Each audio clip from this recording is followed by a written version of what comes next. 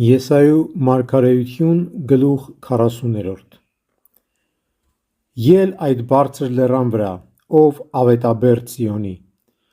ուշ տուր քո ձայնին, ով ավետաբերդ Երուսաղեմի, ուշ տուր, մի վախեցիր, և հայտնիր Հուդայի երկրի այդ քաղաքներին, ահավասիկ ձեր Աստվածը, ահա Տերը, որ գալիս է զորությամբ և իր բասկի իշխանությամբ, ահավասիկ իր վարդն իր հետ է, և գործերն էլ իր աչքի առաջ են, հովվի նման հովվելու է իր հոտերը, իր բասկով հավաքելու է գառներին, կրելու է նրանց իր ծոցում, մխիթարիչը լինելու հղիներին,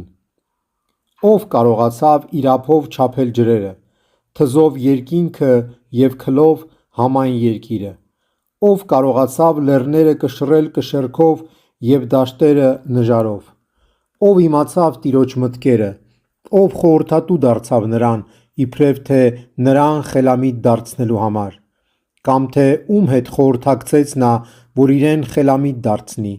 և կամ ով նրան ցույց տվեց արդարադատությունն ու իմաստության ճանապարհը, կամ անցյալում ով փող տվեց իրեն, որ հատուցի նրան, բոլոր հեթանոսները նման են դույլի մի կաթիլին,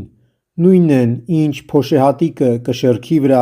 և կամ ինչպես բերանից ցայտող շիթը,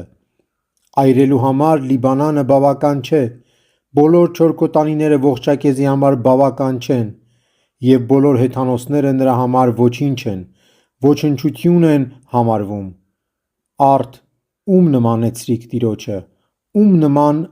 համարեցիք նրան: